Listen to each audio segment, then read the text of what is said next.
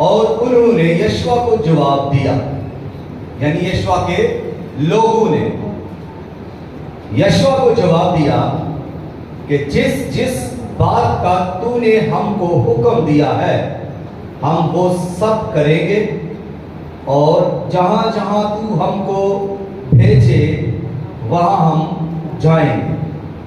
खुदावन के कलाम के सुने, समझे और कबूल किए जाने पर खुदावन की बरकत हो, खुदावन की शुक्रगुजारी हो। आमीन। आज थोड़ा सा तकाबिल करते हुए मूसा के लोगों का और यशवा के लोगों का मुकाबला करते हुए गुजरेंगे। तो अनवान है यशवा के लोग, यशवा के लोग, यशवा के लोग। मरकजी आयत जो हमने अभी पढ़ी, इसमें यशवा को जब खुदा बुलाता है, जब मुलाकात करता है यशवा से खुदा, और यशवा से खुदा जब बात करता है कि मेरा बंदा मूसा मर गया है, तो अब जिस तरह मैं मूसा के साथ था अब मैं तेरे साथ हूं, और जिस जिस जगह पर तेरे पांव का तलवा टिकेगा वो जगह मैं तुझे दे दूंगा, और उम्र भर कोई शख्स तेरे सामने खड़ा ना रह सकेगा। और उसको और हुक्म देते हुए शरीयत के मुतल्लक भी हुक्म दिया कि रात और दिन तुझे इसी का ध्यान हो, तू ना इससे दाएं मुड़ना ना बाएं मुड़ना, बल्कि दिन और रात तेरा ध्यान इसी पर हो, और फिर ये कि इतियात करके तू इस पर अमल करना, इतियात करके अमल करना, तब तू खूब इकबालमंद होगा और तू खूब कामयाब होगा। इस तरह से जब खुदा मूसा यशवा के साथ ये बातें कर चुका, ये वादे कर चुका, ये कलाम कर चुका, तो उसके साथ एक ये भी वादा किया कि जिस तरह मैं मूसा के साथ था वैसे ही तेरे साथ रहूंगा। अब जब ये बातें हो चुकी तो यशवा ने अपने लोगों को इकट्ठा किया, यशवा ने अपने लीडर्स को इकट्ठा किया और उनको बताया कि खुदा ने इस तरह से मेरे साथ बात की है और हमने अब इस सारे काम पर ध्यान करना है, अमल करना है। तो सब ने उसको जवाब क्या दिया? हाँ में, ना में किसी ने जवाब नहीं दिया। सब एग्री हो गए, सब मुत्तफिक उसके साथ हुए कि जो जो बातें तूने हमसे कही हैं वो हम करेंगे, और जो जहां जहां तू हमें भेजेगा हम जाएंगे, हम इनकार नहीं करेंगे, हम तेरे खिलाफ नहीं जाएंगे। जिस तरफ तू जाएगा हम उस तरफ तेरे साथ जाएंगे, जो तू कहेगा वही हम करेंगे, जहां तू हमें भेजेगा, जिस राह पर चलने के लिए तू कहेगा उस राह पर हम चलेंगे। एग्री में ताबेदारी तो ये है, ताबेदारी तो ये है। लीडर के ताबे हो जाना ये है कि जब लीडर खुदा की तरफ से है, जब लीडर खुदा की तरफ से बात कर रहा है, जब लीडर खुदा की तरफ से बोल रहा है, जब खुदा लीडर खुदा की तरफ से पैगाम दे रहा है, तो फिर आप लोगों को भी चाहिए कि उस पर ध्यान दें, उस पर अमल करें, उस पर तवज्जो करें। और यशवा के लोगों ने ये किया, उन्होंने कहा कि हम ये सब कुछ करेंगे। जिस तरह तू कहेगा हम करेंगे, जहां तू भेजेगा हम जाएंगे। वादा हो गया। तो यशवा मूसा के वक्त जब बनी इस्राएल कौम मिस्र में थी, यशवा उनके साथ बनी इस्राएल कौम के साथ मिस्र में से निकल आया और बियाबान में आया। लोग मिस्री लोग वहां रह गए, इस्राएली लोग मिस्र से निकल आए, बियाबान के अंदर फिरते रहे। खुदा इनके साथ रहा, खुदा ने इनको हुक्म दिए, खुदा ने इनको शरीयत दी, खुदा इनके साथ बातें करता रहा, खुदा इनके लिए मौजज़े करता रहा, खुदा इनकी जरूरतों को पूरा करता रहा। तो उन्हीं में से यशवा भी एक शख्स है, और यशवा वो शख्स है जिसने जो पैदा तो मिस्र के अंदर हुआ, लेकिन वो मिस्र के अंदर मरा नहीं। वो पैदा तो गुलामी में हुआ, लेकिन गुलामी में मरा नहीं। वो मिस्र से निकल आया, वो बियाबान में भी नहीं मरा। वो मिस्र से निकलने वाले सब बियाबान के अंदर मर गए, लेकिन यशवा, कालेब और दीगर लोग जो इनके साथ वफादार लोग थे, वो इस मुल्क के अंदर जा सके। किस मुल्क के अंदर? वादा की हुई सरजमीन जो कनान है, जिसके लिए खुदा ने अब्राहम से वादा किया था कि ये मैं तेरी औलाद को मुल्क दूंगा। और खुदा इसलिए वहां से उनको मिस्र से निकाल रहा है कि उनको मुल्के किनान के अंदर ले जाए और अपने वादे को पूरा करे। उनकी रहनुमाई कौन कर रहा है? मूसा। अब मूसा के साथ जब ये सब निकल आए हैं, तो यहां पर इनको एक हुक्म दिया जाता है। मूसा के जरिया से कौम बनी इस्राएल को हुक्म दिया जाता है। आए मेरे साथ बाइबल मुकद्दस को खोलिएगा। खरूज 19वां बाब, खरूज 19वां बाब और उसकी 5वीं और 6वीं आयत जरा देखते हैं। यहां जिस तरह यशवा ने अपनी कौम के साथ खुदा की बातें की और वफादारी का अहद लिया, यहां पर भी खुदा बनी इस्राएल कौम से वफादारी का अहद ले रहा है। सो अब अगर तुम मेरी बात मानो और मेरे अहद पर चलो, तो सब कौमों में से तुम ही मेरी खास मलकियत ठहरोगे, क्योंकि सारी जमीन मेरी है और तुम मेरे लिए काहनों की एक ममलकत और एक मुकद्दस कौम होगे। इन्हीं बातों को तू बनी इस्राएल को सुना देना। 8वीं आयत मूसा ने जब ये बातें कर ली और सब लोगों ने मिलकर जवाब दिया कि जो कुछ खुदावंद ने फरमाया है वो सब हम करेंगे। और मूसा ने लोगों का जवाब खुदावंद को जाकर सुनाया। यहां पर भी खुदा मूसा के जरिया से लोग बनी इस्राएल कौम से बात करते हैं और उनको कह रहे हैं कि अगर तुम मेरी बातों पर, मेरे अहद के मुताबिक चलो, तो तुम ही सारी जमीन में मेरी मलकियत होगे। हालांकि सारी जमीन पर बहुत सारी उम्मतें, कौमें और कबीले और लोग हैं।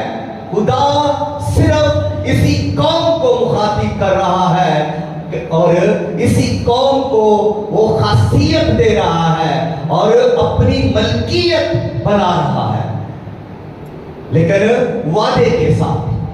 जो कोई फरमाबरदारी करे, जो कोई मेरे हुक्मों को माने,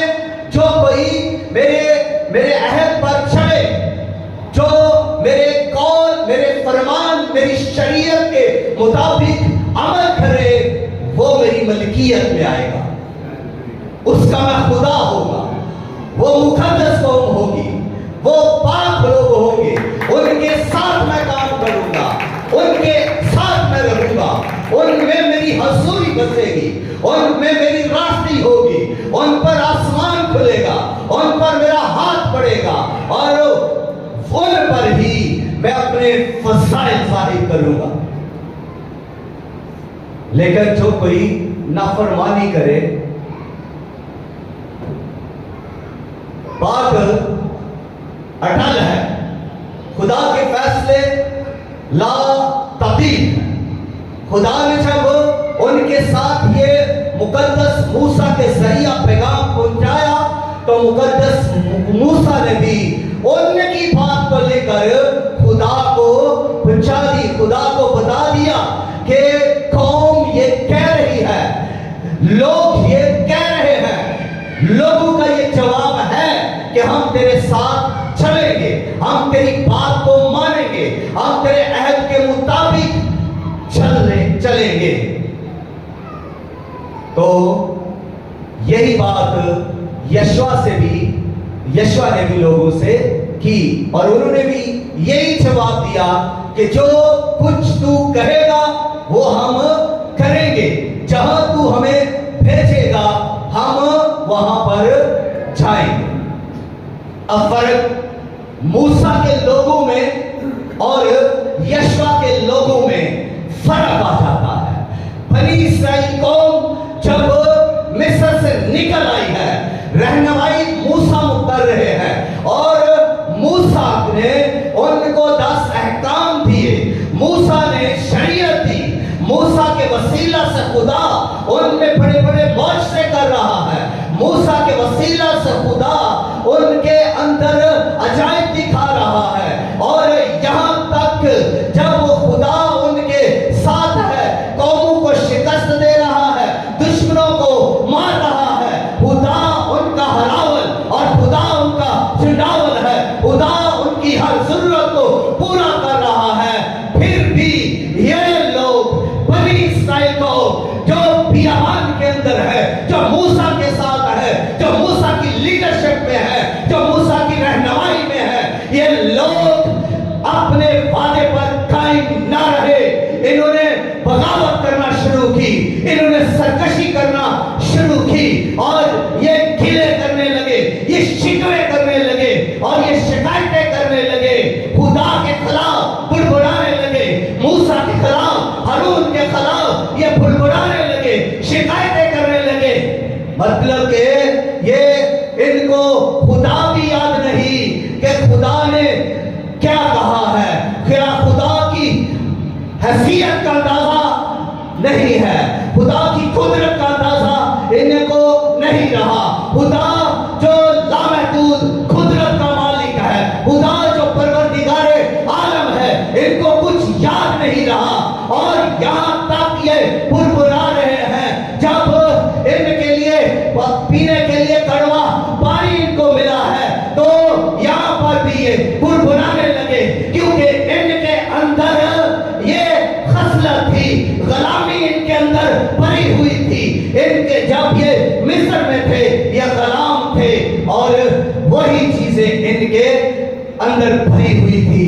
ये उस वक्त भी अपने उन लीडरों के खिलाफ बुड़बुड़ाते थे, बगावत करते रहते थे और सख्त मेहनत करते थे। जब ये मिस्र में थे वही चीजें इनके अंदर समाई हुई हैं, अब भी ये खुदा के खिलाफ बुड़बुड़ा रहे हैं, मिस्र के अंदर ये फरौन के खिलाफ बुड़बुड़ा रहे हैं, बियाबान के अंदर ये खुदा के खिलाफ बुड़बुड़ा रहे हैं, मूसा के खिलाफ बुड़बुड़ा रहे हैं, शिकवा और शिकायत कर रहे हैं। पानी से अभी खुदा इनको निकाल कर लाया है, पानी को 2 हिस्से कर दिया, गुलशन को 2 हिस्से करके खुशक जमीन बनाकर खुदा भी इनको लेकर आया है। तो ये लोग ईमान न लाए, ये नाफरमान हो गए, ये इन्होंने कलाम पर ध्यान न किया, इन्होंने खुदा की कुदरत को न जाना कि वो खुदा जो पानी को 2 हिस्सों में कर सकता है, वो खुदा हमें ये यहाँ पानी भी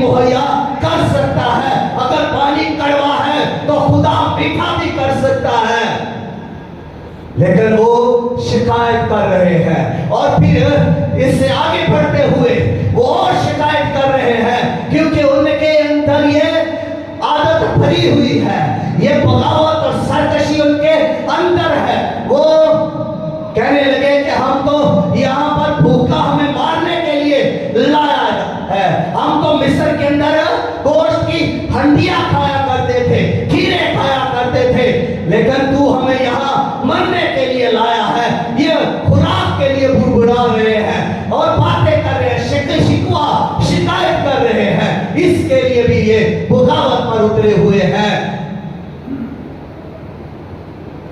और भी ये इस तरह और आगे बढ़ते हुए ये जब मूसा इनको मुल्के किनान में ले जाने के लिए तो बात कर रहा है, तो यहां पर भी ये भुड़भुड़ा रहे हैं। जब इतला मिली, आप बताया गया कि वहां तो बड़े बड़े देव हैकल लोग हैं, वहां पर तो बड़े बड़े कांतावर लोग हैं, तो फिर यहां पर भी ये डर गए और खुदा को भूल के, उसकी कुदरत को, उसके फरमान को भूल के और कहने लगे कि हम तो वहां पर उनके सामने तलवारों के साथ मारे जाएंगे, हमारी बीवी बच्चे तो लूट का मार होंगे। हम तो बेहतर था कि हम वहां इस मिस्र में ही मारे जाते। यहां पर भी वो बुड़बुड़ा रहे हैं। और फिर इसके आगे भी बढ़ते हुए वो बुड़बुड़ा रहे हैं। जब खुदा उनको मन खिला रहा है, जब खुदा उनको बटेरे खिला रहा है, खुदा उनकी जरूरतें पूरा कर रहे हैं, तो फिर भी वो बुड़बुड़ा रहे हैं। इस निकम्मी खुराक से हमारा जी कराहियत करता है। अब फरिश्तों की खुराक से, आसमानी खुराक से, पाक खुराक से उनके मन कराहियत कर रहे हैं, बुड़बुड़ा रहे हैं। शिकवा शिकायत उनके अंदर है। और इस वजह से भी ये लोग नाफरमानी पर उतरे हुए हैं, बगावत कर रहे हैं। ये जगह जगह पर बगावत करते हुए नजर आ रहे हैं, ये जगह जगह पर बुड़बुड़ा रहे हैं। छोटी छोटी जरूरतों के लिए भी बुड़बुड़ाना, शिकायत करना, शिकवे करना इनकी आदत बन गई है। यूं मामूल है इनका, हर रोज का काम है इनका, बगावत करना, सरकशी करना और बुड़बुड़ाना। खुदा के कामों पर ये ईमान नहीं रख सकते। तो ये लोग जो मूसा के साथ हैं, अपनी इसी नाफरमानी के सबब से बियाबान के अंदर मारे थे। उनमें से कोई भी मुल्के किनार में दाखिल ना हो सका, सब वहां पर मारे थे, सब के सब। और जब हम, हालांकि इन्होंने 10 हुक्म को भी देखा, इन्होंने 10 हुक्म को जब प्रीच किया जा रहा है, ये सुनते रहे हैं। शरीयत की किताब को जब मिली हुई है, तो शरीयत को भी ये बार बार सुन रहे हैं, खुदा के बारे में, ये उसके बड़े बड़े कामों के बारे में सुन रहे हैं, फिर भी बगावत कर रहे हैं। तो इसलिए खुदा ने इनको कहा कि ये सरकश और हुज्जती कौम है। इसलिए खुदा ने कहा कि ये सब बियाबान के अंदर ही मारे जाएंगे, इनमें से कोई भी वादा की हुई सरजमीन में दाखिल नहीं हो सकेगा। तो दूसरी तरफ अगर हम इनके लोगों के अलावा लीडर्स को भी देखें, अगर से कौम के अंदर गुनाह है, लोगों के अंदर गुनाह है, लोगों के अंदर बगावत है, तो लीडर्स जो इनके हैं, जो मूसा के साथ काम कर रहे हैं, लीडर, मैं उनकी बात करने लगा हूं। वो जो सरदार हैं, जो चुने हुए हैं, जो किसी मनसब पर है, ओहदे पर है, अब वो लोग भी तो बगावत से भरे हुए हैं। उनमें सरे फरिश्त हम देखते हैं कि कोरे, दातन और अबीराम, ये भी मूसा के खिलाफ उठ खड़े हुए। बगावत शुरू की और मूसा के खिलाफ जब ये उठ खड़े हुए तो इसका अंजाम ये हुआ, खुदा ने मुदाखलत की, खुदा ने जमीन को खोल दिया और ये सारे अपने खानदानों समेत उस जमीन के अंदर घुस चले गए, यानी जमीन ने इन्हें निगल लिया। बच्चों समेत जमीन के अंदर चले गए, बीवियों समेत जमीन के अंदर चले गए और ऊपर से जमीन फिर बंद हो गई। ऐसे ही जैसे जब मिस्र के अंदर निकल रहे थे तो दरियाए कुलसम जब वो पार कर रहे हैं, खुदा ने जब उसको दो हिस्से किया तो रास्ता बना और उसके बाद फिर पानी वैसे का वैसा चलना शुरू हो गया। वैसे ही जमीन फटी और ये अपने खानदानों समेत उस जमीन के अंदर चले गए और ऊपर से फिर जमीन बंद हो गई। तो इनके साथ 250 लोग और थे और वो 250 भी बगावत कर रहे थे, इनका साथ दे रहे थे, इन लीडर्स का। तो इनके लिए भी अजाब ये हुआ कि खुदा की आग ने इन्हें भस्म कर दिया। ये आग में जलकर मर गए 250 लोग। इस अब कोरे के बारे में थोड़ा सा बताऊं कि ये कोरे है कौन? ये मूसा का चचाजाद भाई है, लीडर है, लावी खानदान से है और इसके चचाजाद इसका चचाजाद भाई है। कोरे के बाप का नाम है अज़हार। अज़हार जो है वो अमराम का भाई है और अमराम जो है वो मूसा का बाप है। इसलिए कोरे और मूसा आपस में कजन है, यानी चचाजाद भाई है और भाई के खिलाफ बगावत कर रहा है, लीडर के खिलाफ बगावत कर रहा है।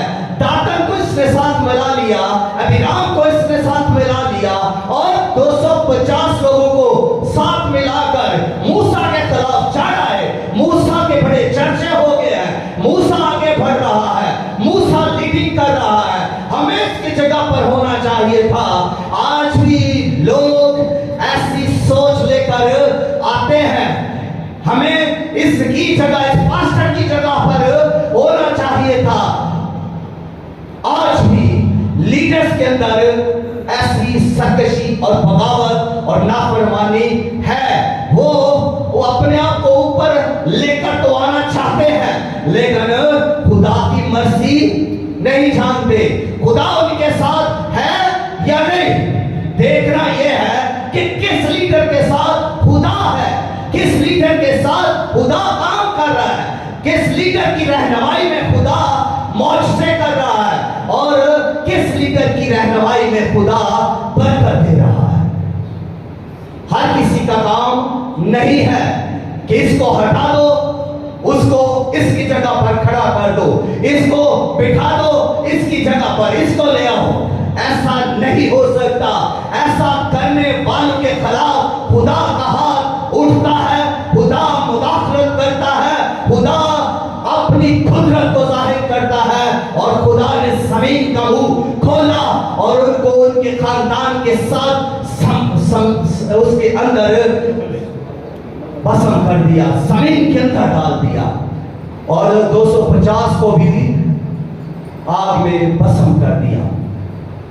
इसके आगे और करीबी तल्लक रिश्ता हारून का है। मूसा हारून का भाई है, सगा भाई, एक ही मां से, एक ही बाप से, उसका सपना भाई। हारून को खुदा ने भी मूसा के साथ लिया कि इसके साथ रहनुमाई में का इसका हाथ बटाए, इस खिदमत में इसके साथ हो। हारून मूसा के साथ मौजज़े कर रहा है। जब वो फरौन के महल के अंदर हैं तो वहां पर भी क्या हो रहा है, मौजज़े हो रहे हैं। मूसा ने अपनी लाठी नीचे फेंकी तो सांप बन गई, उन जादूगरों ने अपनी लाठी नीचे फेंकी तो उनकी लाठियां भी सांप बन गई। तो मूसा वहां पर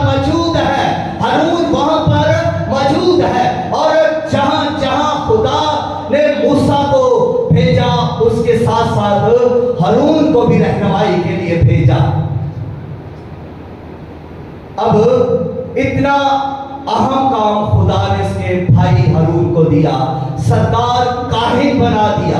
और यहां तक कि इस शख्स की अहमियत यह है कि ये वो शख्स है पूरी कौम में से अकेला कि ये खुदा की हजूरी में साल में एक बार जा सकता है और अपनी कौम के गुनाह माफ करवाने के लिए इसके हाथ में कुर्बानी का खून होता और ये वाहद था जो खुदा की हजूरी में जा सकता था।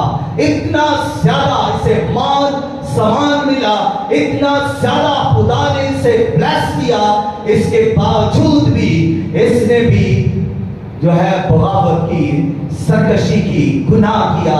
और वो ये कि जब मूसा पहाड़ के ऊपर है, हुक्म ले रहा है और नीचे कौम हारून की रहनुमाई में है, और जब मूसा को जरा देर लग गई तो फिर सब बुड़बुड़ाने लगे, मूसा का क्या हुआ है, देर हो गई है, हमारे लिए तू एक देवता बना दे, हमारे लिए एक तू खुदा बना दे जो हमारा देवता हो, जो हमारे आगे आगे चले, जो हमारी रहनुमाई करे, जिसकी हम परस्तिश करें। हारून ने ये नहीं कहा कि थोड़ी देर और इंतजार करो, हारून ने ये नहीं कहा कि मूसा आने वाला है, हारून ने ये नहीं कहा कि खुदा कुदरत वाला है, खुदा ही हमारा खुदा है।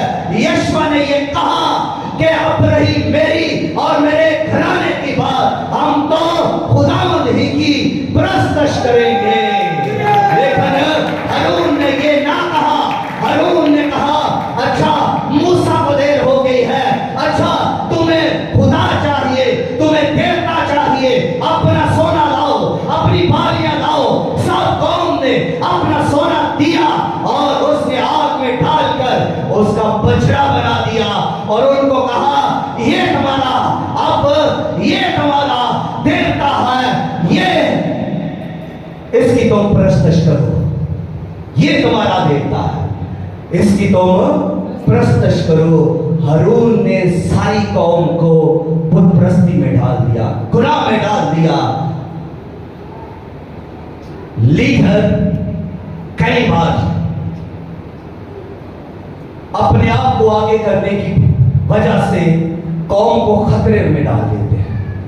मेरा नाम होना चाहिए, मूसा पहाड़ पर है, पता नहीं क्या हुआ है, मर गया है, आना है नहीं आना, अंदर से तो उसको ये कहता होगा कि ना ही आए, उसकी जगह अब मैं देवता भी बन गया है और मैं इनका लीडर, सबसे बड़ा लीडर अब मैं। यही खराबियां हैं जो आज भी चर्चेस के अंदर, कलीसिया के अंदर तबाही, बर्बादी, बगावत, नाफरमानी का बाइस बन रही है और कौम आगे नहीं बढ़ रही, कौम बरकत नहीं पा रही, कौम के अंदर वो नहीं है जो खुदा चाहता है, कौम महरूम है उन खूबियों से, उन बरकतों से जो खुदा चाहता है। और वो खूबियां, अगर खुदा की खूबियां आपके पास है तो वो जाहिर होगी, अगर नहीं है तो कैसे जाहिर हो सकती है। खुदा तो कहता है मेरा जलाल जाहिर करो, मेरी खूबियां जाहिर करो, लेकिन अगर हमारे पास कुछ खुदा का होगा तो जाहिर कर सकेंगे। लेकिन ये लोग, इनके अंदर बार बार शिकवा, शिकायत, बगावत, सरकशी थी मूसा के लोगों में, मूसा के जमाने के लोगों में, या मूसा के जमाने की नस्ल में। लेकिन यशवा के जमाने के लोगों में ये बातें नहीं थी। यशवा के जमाने